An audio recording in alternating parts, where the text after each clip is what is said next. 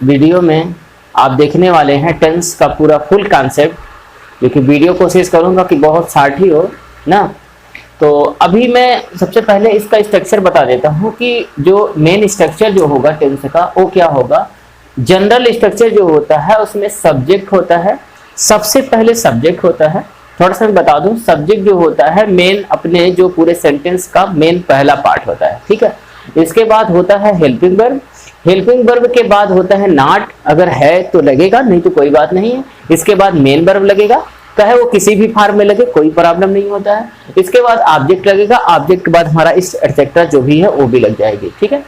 तो अब helping verb का ये पूरा खेल होता है ना, हेल्पिंग वर्ब का पूरा खेल होता है। तो हेल्पिंग वर्ब के बताने से पहले मैं इस टेंस के बारे में बता दूं कि ये टेंस में सिस्टम से मतलब कैसे ही आपको मतलब किस प्रकार से सिस्टम करने वाला हूं ना।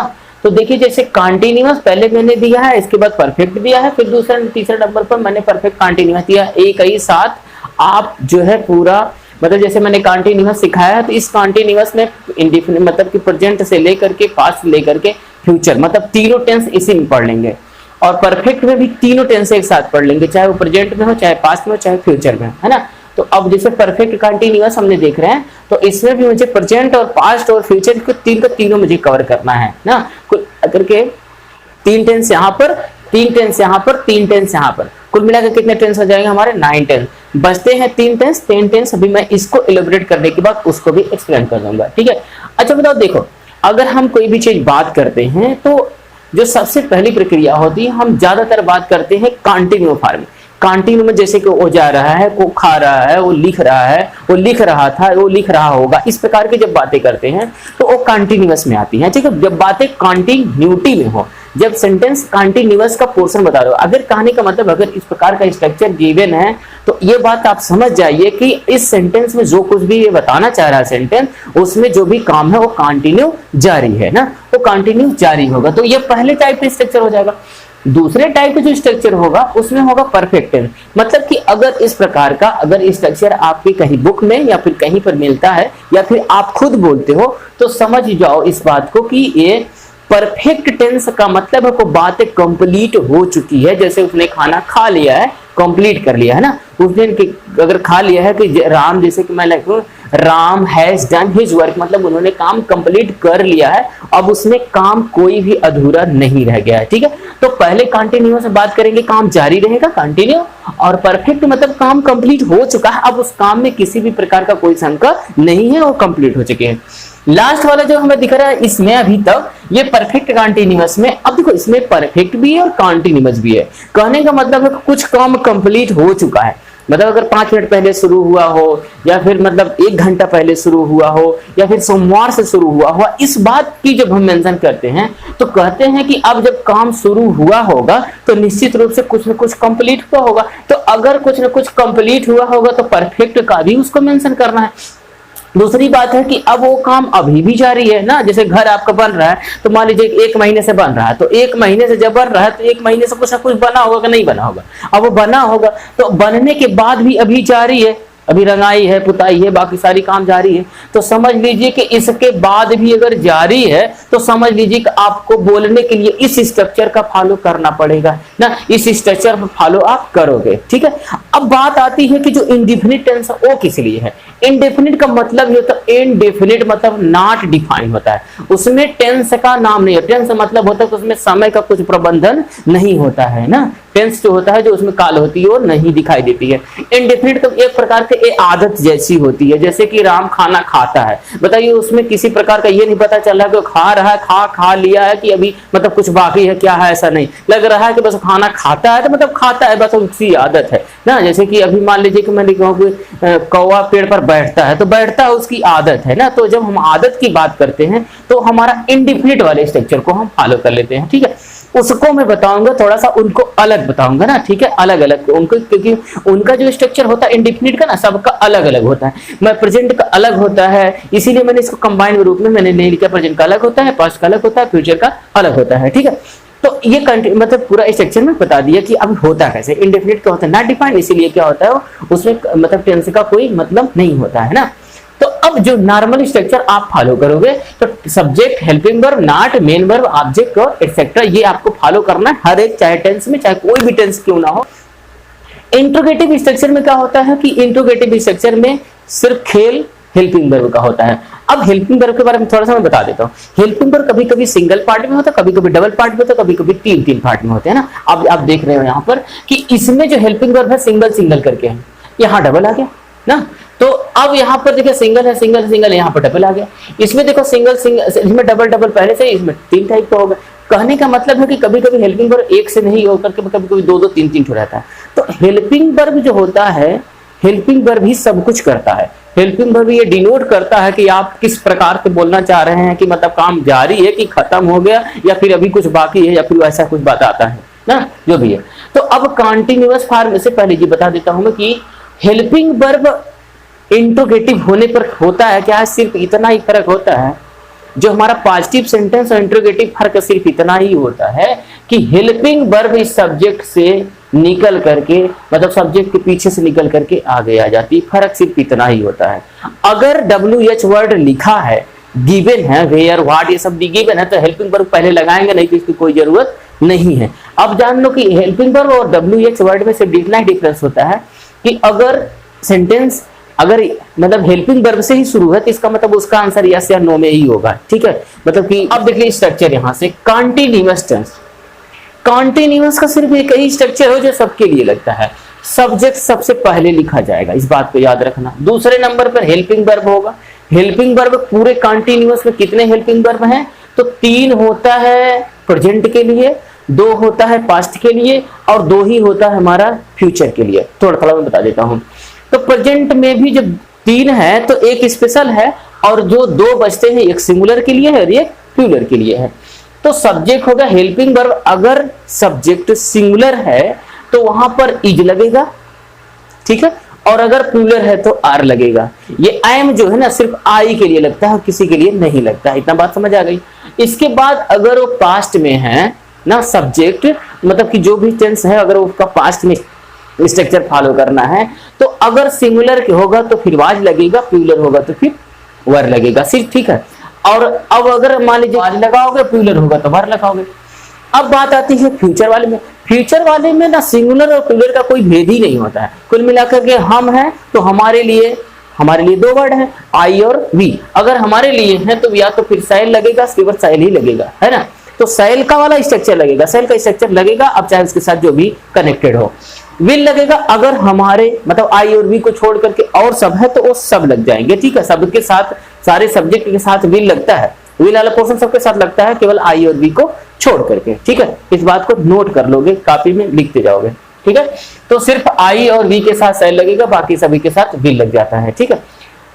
अब यहां से यहां तक जब हेल्पिंग वर्ब हो गया तो ऊपर वाले स्ट्रक्चर से मिला लो। हेल्पिंग वर्ब यहां से यहां तक हो गया तो कोई एक हेल्पिंग वर्ब चूज करना, कोई एक चूज करना है, चाहे इज को चूज कर लो, इनमें से कोई एक। लेकिन हाँ, इसको चूज करना पड़ेगा तो दोनों चूज करना पड़ेगा, इसमें भी चूज करना पड़ेगा तो दोनों चूज करना पड़ेगा। इसके बाद होता है नॉट। अब थोड़ा सा मैं नॉट की बात बता देता हूँ। नॉट लगता कहाँ है? नॉट जब भी लगेगा तो सिर्फ एक ही हेल्पिंग वर्ब के बाद लगता है, चाहे हेल्पिंग वर्ब कई पार्ट में क्यों ना हो। जैसे ये हमारा है, मान यहाँ तो ठीक है, इज के बाद लगा लेंगे नॉट, एम के बाद लगा लेंगे, वाज के बाद लगा लेंगे, वर के बाद लगा लेंगे। अब विल बी के बाद नॉट लगाएंगे क्या?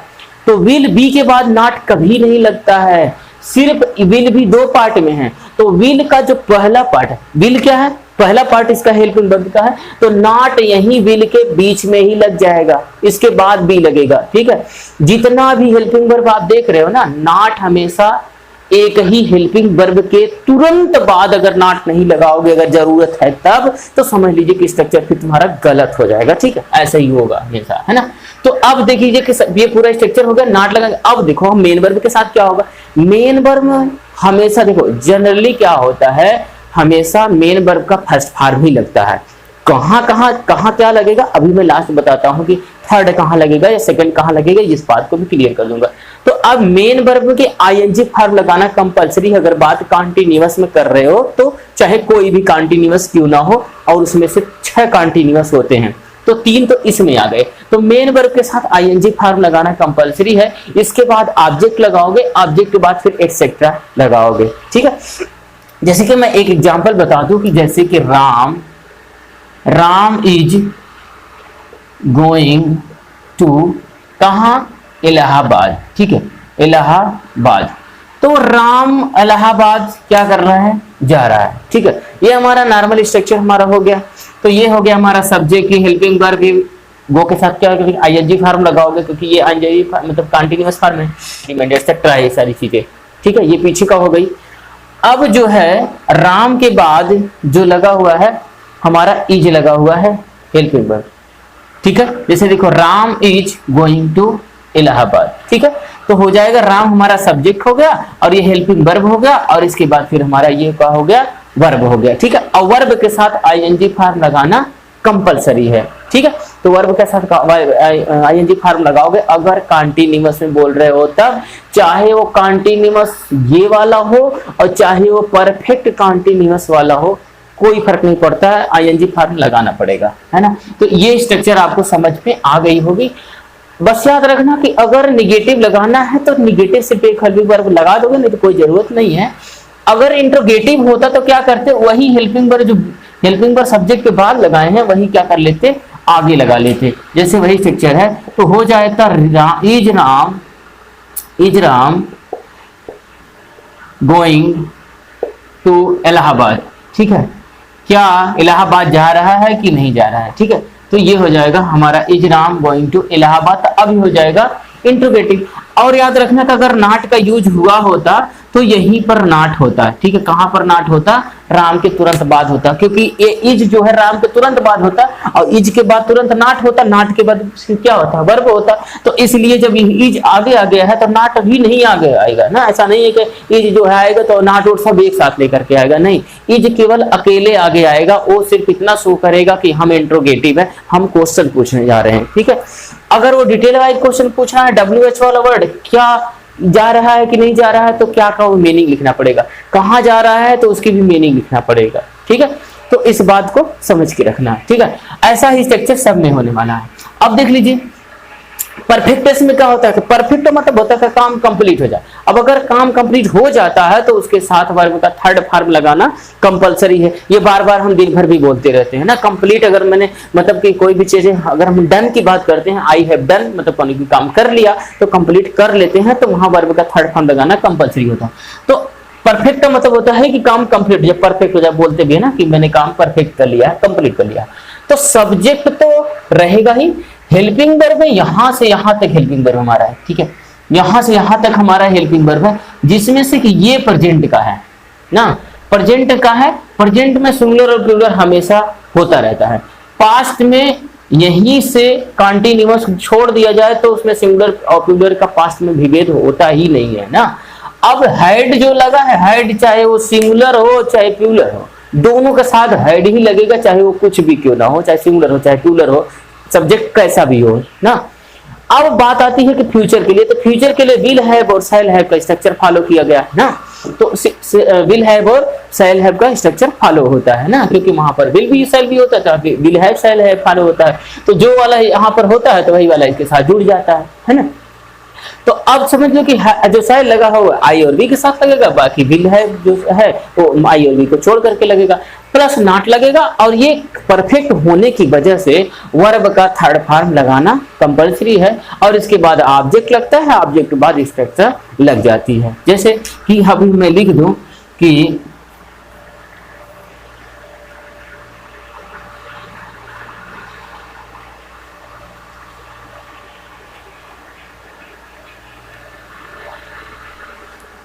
राम हैज नॉट गॉन, ठीक है।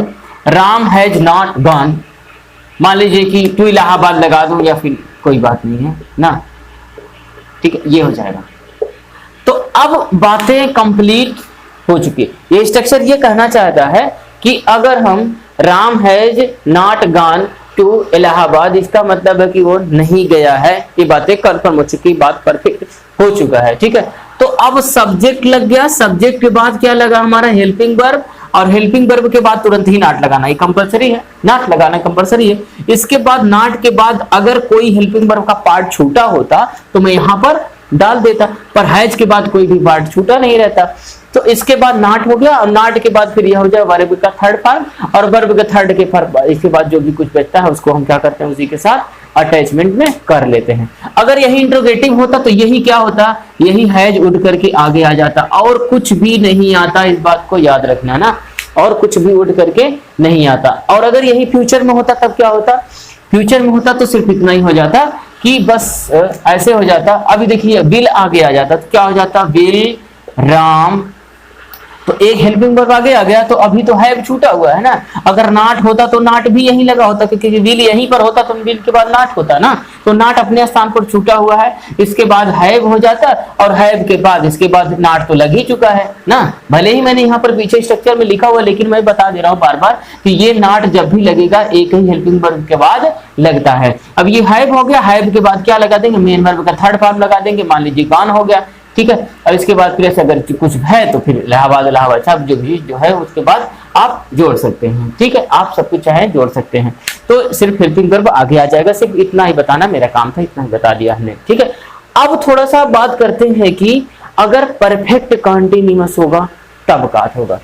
परफेक्ट कॉन्टिन्यूअस होने का मतलब है कि काम कंप्लीट भी हो चुका हो और इसके बाद भी कुछ जारी हो, ठीक है, उसके बाद भी क्या हो गया कि काम उसके बाद भी वो चल रहा हो। तो अब होता क्या है कि सब्जेक्ट पहले स्थान पर रहेगा, वो तो मस्ट है ना, अगर इंट्रोगेटिव नहीं है तब। इसके बाद हेल्पिंग वर्ब में सबसे बड़ा हेल्पिंग वर्ब यही है, क्योंकि ये सबसे बड़ा नाम ही है, परफेक्ट कॉन्टिन्यूअस टेंस। अगर नाम लिखा जाए पूरा तो प्रेजेंट परफेक्ट कॉन्टिन्यूअस टेंस, बड़ा लंबा नाम होता है। जैसे नाम लंबा है वैसे इसकी हेल्पिंग वर्ब भी लंबी लंबी है ना, क्योंकि बातें कंप्लीट हो चुकी हैं, फिर भी हमको जारी बताना हो तो लंबा बताना पड़ता है, इसीलिए हेल्पिंग वर्ब भी लंबी लंबी हो जाती है। तो अब सब्जेक्ट के लिए जो हमारा सिंगुलर होता है और प्लूरल होता है अलग अलग, ये हमारा है, ये होता है प्रेजेंट के लिए। अब हम बताए थे कभी कि ये जो पास्ट है, पास्ट का जो सिंगुलर प्लूरल सिर्फ कॉन्टिन्यूअस में होता है, इसके बाद फिर हट जाता है ना, इसके बाद फिर सिंगुलर प्लूरल का विभेद खत्म हो जाता है, सिर्फ कॉन्टिन्यूअस में लगता है, ऐसा कि वाज लगेगा, खबर लगेगा, क्या लगेगा, इसके बाद भी कोई भी किसी भी टेंस में कोई भी वरीयता नहीं की गई है, सब सेम टू सेम है ना। तो यहाँ पर ये पास्ट के लिए हैड भी लगेगा, चाहे सब्जेक्ट हो चाहे जैसा हो ना। अब यहाँ पर बात आती है कि यहाँ पर ये देखिए इतना लंबा सा है ना, इतना लंबा सा हेल्पिंग वर्ब है, तो यहाँ पर अगर नाट लगेगा तो याद रखना बिल के बाद लगेगा, यहाँ पर सैल के बाद लगेगा ना, नाट लगाना मतलब कि सावधानी से। अब पीछे लिखा हुआ उससे मतलब नहीं होता है, ठीक है। तो अब हैड लगेगा पास्ट के लिए, और विल हैव लगेगा अगर हमारे मतलब कि मेरे द्वारा अगर कोई वर्ड बना है, मतलब कि आई और वी को छोड़ करके सभी के साथ विल लगाओगे, विल हैव बीन लगाओगे, अगर आई और वी है तो उसके साथ शैल हैव बीन ही लगेगा, क्या लगेगा, सिर्फ शैल हैव बीन लगेगा। और प्लस अगर नाट है तो नाट लगेगा, लेकिन कहाँ लगेगा बात हमने समझा दिया है।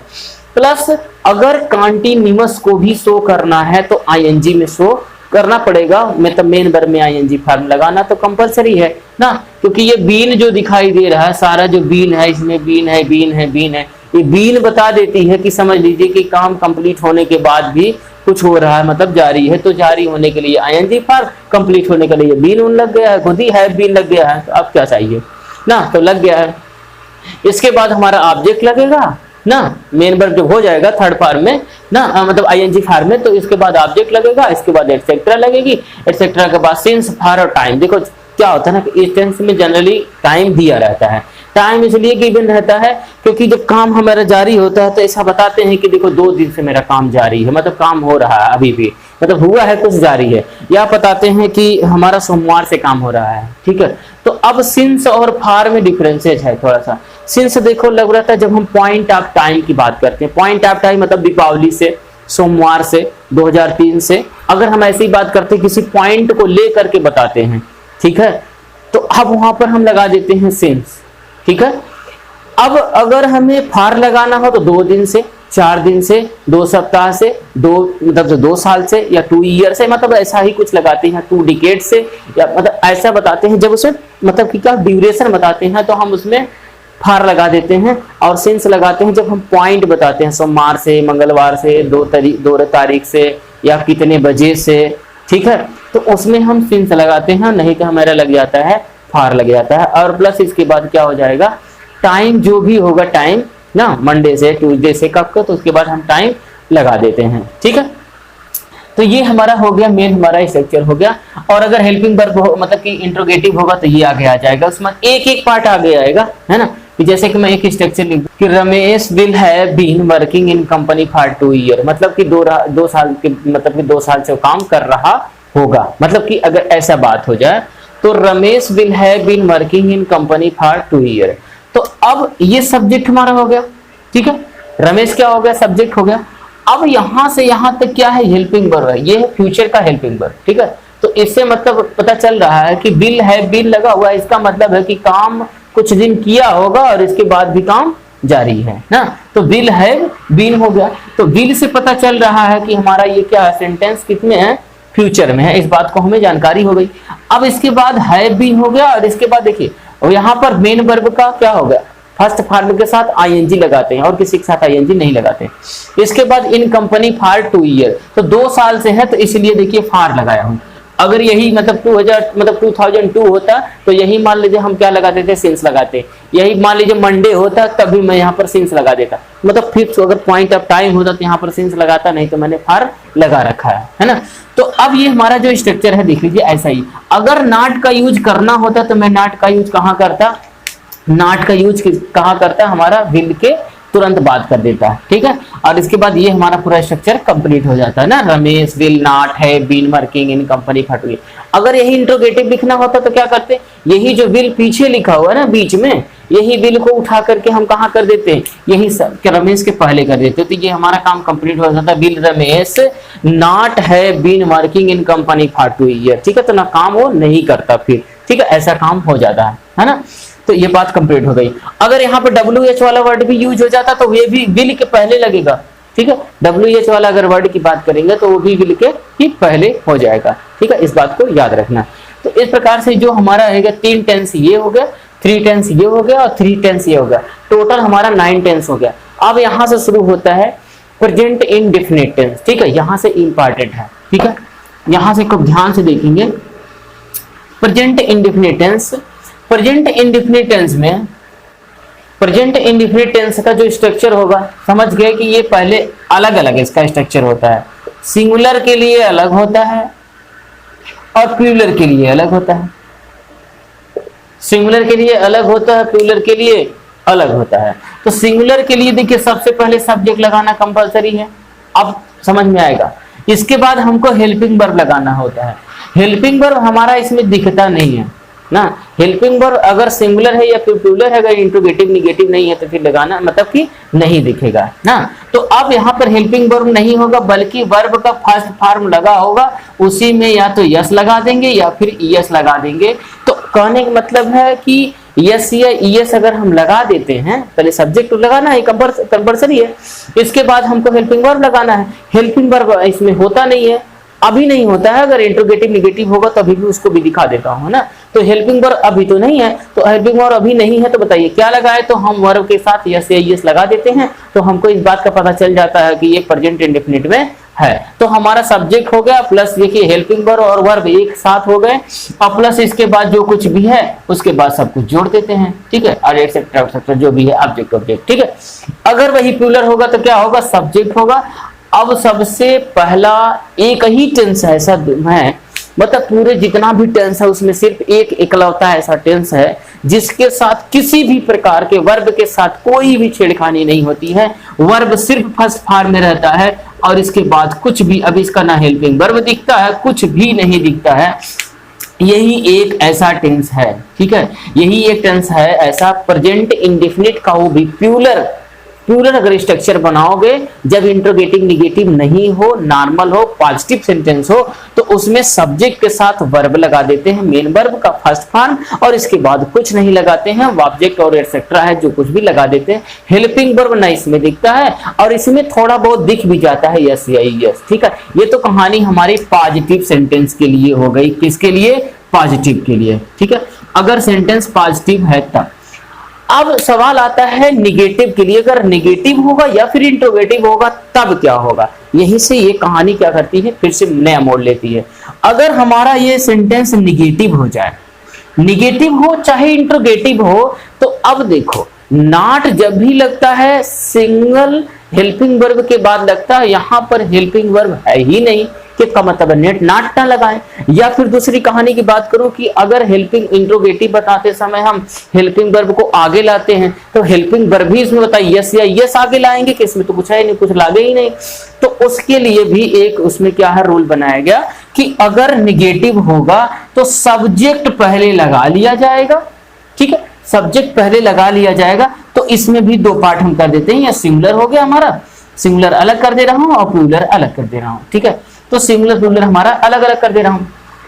तो सब्जेक्ट पहले लग दिया जाएगा और इसके बाद क्योंकि हमको नॉट लगाना है ना, अब निगेटिव है तो नॉट लगाना कंपलसरी है, तो नॉट लगाना जब कंपलसरी है तो हमको हेल्पिंग वर्ब लगाना पड़ेगा। सिंगुलर के लिए अलग हेल्पिंग वर्ब क्या किया गया, कहा गया कि ये डज हो गया। ठीक है, तो ये डू या डज, डू लगता है प्लूरल के लिए और डज लगेगा हमारा सिंगुलर के लिए, है ना। तो सब्जेक्ट लग जाएगा प्लस डज लग जाएगा, डज के बाद क्या लग जाएगा, नॉट लग जाएगा, नॉट के बाद बस समझ गए।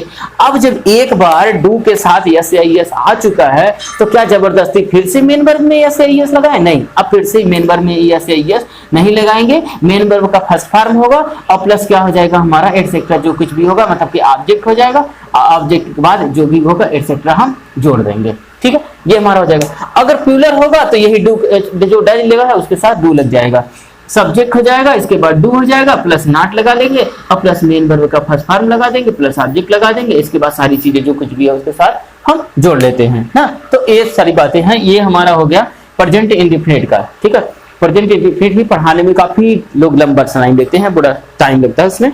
तो कहने का मतलब है कि अगर पॉजिटिव होता है तो उसमें यस या यस की लग जाता है, इसमें कुछ नहीं लगता है। ठीक है, वीडियो को रिवाइज कर लेना ना।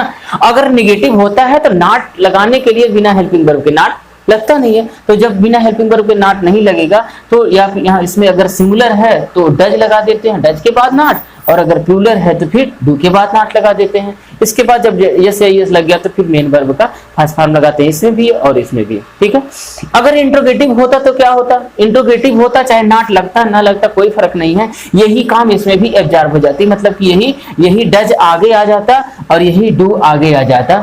ठीक है, यही पर डज और मतलब सिंगुलर होता तो डज आगे आ जाता, और प्लूरल होता तो हमारा क्या आगे जाता, डू आगे आ जाता। ठीक है, इतना ही फर्क हमारा हो जाता। ठीक है, अब हम थोड़ा सा बात कर लेते हैं, प्रेजेंट इंडेफिनिट टेंस हो गया, अब हम बात कर लेते हैं पास्ट इंडेफिनिट की। देखिए पास्ट इंडेफिनिट में सिंगुलर और प्लूरल होता ही नहीं, सिंगुलर और प्लूरल सिर्फ यही पास्ट कंटीन्यूअस में ही होता है, और कहीं भी सिंगुलर प्लूरल होता ही नहीं है पास्ट में ना पास्ट में ही होता है सिंगुलर प्लूरल, ना फ्यूचर में होता है। सारा जो लफड़ा होता है सिंगुलर का प्लूरल का सिर्फ प्रेजेंट में होता है, बाकी और कहीं नहीं होता है ना, सिर्फ प्रेजेंट में ही होता है। ये करो वो करो, सिंगुलर है ये प्लूरल है ये क्या है वो क्या है ना। तो पास्ट इंडेफिनिट में होगा, देखो सब्जेक्ट लग जाएगा पहले, यही एक इकलौता टेंस है जिसके साथ वर्ब का सेकंड फॉर्म लगता है। ठीक है, वर्ब का सेकंड फॉर्म लगता है और यही हो गया वर्ब का सेकंड, यही है मेन वर्ब का सेकंड फॉर्म लगा देने से ही ये पता चल जाता है कि ये हमारा पास्ट इंडेफिनिट टेंस है ना। तो सब्जेक्ट के बाद क्या लगा देंगे हम, मेन वर्ब का सेकंड फॉर्म लगा देंगे और प्लस ऑब्जेक्ट लगा देंगे और प्लस हम क्या लगा देंगे, एटसेट्रा लगा देंगे। ठीक है, क्या लगा देंगे हम, एटसेट्रा लगा देंगे, कुछ भी होगा ऑब्जेक्ट के बाद हम एटसेट्रा ठोक देंगे ना। जैसे कि राम डिड हिज वर्क, मान लो यही दिया हुआ है, राम डिड हिज वर्क, मतलब कि राम काम करता था। ठीक है, ये आदत है ना, तो ये आदत है, तो Ram did his work, Ram काम करता था। देखो ये डिड हेल्पिंग वर्ब नहीं है, ये वर्ब मतलब कि डू डिड डन होता है, तो उसके लिए लगा हुआ है डू, दूसरा होता है डीड और तीसरा होता है डन ना। तो ये जो डिड लगा हुआ है वो मतलब कि डू का सेकंड फॉर्म लगा हुआ है। तो अगर इस प्रकार का स्ट्रक्चर लिखा हुआ है तो मतलब कि अगर सब्जेक्ट के बाद सेकंड का फॉर्म लगा हुआ है, सेकंड फॉर्म लगा हुआ है, तो सेकंड फॉर्म लगा हुआ है तो समझ लीजिए कि वो पास्ट इंडेफिनिट टेंस है, और यही एक इकलौता टेंस है जिसके साथ वर्ब का सेकंड फॉर्म लगता है, नहीं तो फिर कहीं नहीं लगता है। ठीक है, वर्ब का सेकंड फॉर्म और कहीं नहीं लगता, यही लगता है कुल मिलाकर के, है ना। तो हमारा राम डिड हिज वर्क हो गया। इस प्रकार से ये स्ट्रक्चर भी कंप्लीट होगा, लेकिन अभी भी इसमें अधूरा है एक बात कि ये तो हमारा हो गया पॉजिटिव सेंटेंस, ये हमारा क्या हो गया, ये हमारा हो गया पॉजिटिव सेंटेंस। अगर निगेटिव होगा तब क्या होगा, अगर निगेटिव होगा तो आप जानते हो कि अब नॉट तभी लगेगा जब कोई ना कोई हम हेल्पिंग वर्ब लगा दें। तो अब जब हेल्पिंग वर्ब लगा देंगे तो हेल्पिंग वर्ब लगाएंगे क्या, तो इसमें भी एक कहा गया कि अगर निगेटिव होगा, सेंटेंस अगर निगेटिव होगा तो हम क्या करते हैं, सब्जेक्ट लगा लेंगे और सब्जेक्ट के बाद एक हेल्पिंग वर्ब लगा देते हैं जिसको हम क्या बोलते हैं, डिड बोलते हैं। ठीक है, डिड लगा देंगे, यही इसका हेल्पिंग वर्ब हो गया ना। और इसके बाद नॉट लगा देते हैं, नॉट के बाद फिर इसके बाद मेन वर्ब का, देखो अब हम मेन वर्ब का फर्स्ट फॉर्म लगा दिए। क्यों लगा दिए, क्योंकि जब मेन वर्ब का सेकंड फॉर्म यहाँ हेल्पिंग वर्ब जैसा बिहेव कर रहा था, मेन वर्ब और हेल्पिंग वर्ब दोनों में मिक्सअप था समझ लीजिए, तो सेकंड फॉर्म था। जब मैंने इसमें से डिड को लगा दिया है एक जगह हेल्पिंग वर्ब के रूप में, जब खुद दिख रहा है तो इसमें मेन वर्ब में सेकंड फॉर्म जबरदस्ती लगा के क्या करेंगे अब ना, तो यहाँ मेन वर्ब में हम फिर फर्स्ट फॉर्म अपने आप हो जाता है, तो मेन वर्ब का फर्स्ट फॉर्म हो जाएगा और प्लस इसके बाद ऑब्जेक्ट हो जाएगा और इसके बाद जो भी उसी टेक्स्ट हम क्या करेंगे, जोड़ लेंगे। ठीक है, ये बात समझ में आ गई। अगर यही इंट्रोगेटिव बनाया जाता तो निगेटिव होता चाहे नहीं होता कोई फर्क नहीं पड़ता, अगर यही इंट्रोगेटिव होता तो इंट्रोगेटिव में सिर्फ यही आ जाता, यही डिड आगे आ जाता। ठीक है, ठीक है, तो हेल्पिंग वर्ब आगे आने के लिए जब आता है तभी तो हम इंट्रोगेटिव मानते हैं। अगर इंट्रोगेटिव अगर हेल्पिंग वर्ब आगे होगा ही नहीं तो फिर हेल्पिंग वर्ब कैसा ना, मतलब कि इंट्रोगेटिव कैसा, तब इंट्रोगेटिव हो ही नहीं सकता। तो ये हमारा डिड जब आगे आ जाएगा तो डिड आगे आ जाएगा हमारा। ठीक है, तो डिड लगा देंगे और प्लस सब्जेक्ट लगा देंगे और सब्जेक्ट के बाद अगर नॉट है तो नॉट लगेगा, अगर नॉट नहीं है तो फिर हमारा सिर्फ हो जाएगा मेन वर्ब का फर्स्ट फॉर्म और प्लस ऑब्जेक्ट लगा देंगे कुल मिला करके, और ये प्लस एक्सेट्रा जो भी है उसको लगा देंगे। ठीक है, तो ये हमारा पास्ट क्या हो गया, पास्ट टेंस कंप्लीट हो जाता है। तो फ्यूचर इंडेफिनिट होगा, तो फ्यूचर इंडेफिनिट में सबसे पहले क्या होगा, सब्जेक्ट होगा, सब्जेक्ट के बाद इसमें हेल्पिंग वर्ब होता है ना। हेल्पिंग वर्ब में कौन कौन होगा, या तो विल होगा या फिर हमारा सेल होगा। तो विल लगता है आई और वी को छोड़ करके, सेल लगता है आई और वी के साथ। इसके बाद यहाँ पर जब विल और सेल लगा हुआ है तो वर्ब का सेकंड और थर्ड लगाने की जरूरत नहीं है। यहाँ पर मेरा वर्ब का कौन सा फॉर्म लगेगा, फर्स्ट फॉर्म लग जाएगा। ठीक है, आईएनजी फिर नहीं लगेगा, इसमें आईएनजी सिर्फ कंटिन्यूअस में लगता है। इसके बाद फिर हो जाएगा हमारा ऑब्जेक्ट, अगर जरूरत है मतलब ऑब्जेक्ट लगा देंगे और प्लस अगर नहीं है तो कोई बात नहीं, एक्सेट्रा रहेगा तो रहेगा। ठीक है, ये बात समझ आ गई ना कि सब्जेक्ट लगेगा, विल और सेल लग जाएगा और विल सेल के बाद तुरंत मेन वर्ब का फर्स्ट फॉर्म लग जाएगा, इसके बाद ऑब्जेक्ट लग जाएगा प्लस एक्सेट्रा लग जाएगा। अगर निगेटिव है तो निगेटिव विल के बाद या फिर सेल के बाद लगा लेंगे, अगर इंट्रोगेटिव है तो क्या करेंगे, सीधे हेल्पिंग वर्ब को आगे ला देंगे। सिर्फ इतना ही हमारा पूरा क्या होता है, टेंस कंप्लीट हो जाता है। उम्मीद है कि आपको ये जो पूरा आपने वीडियो देखा होगा तो आपको अच्छी तरीके से समझ में आया होगा। वीडियो देखने के लिए आपको बहुत बहुत धन्यवाद।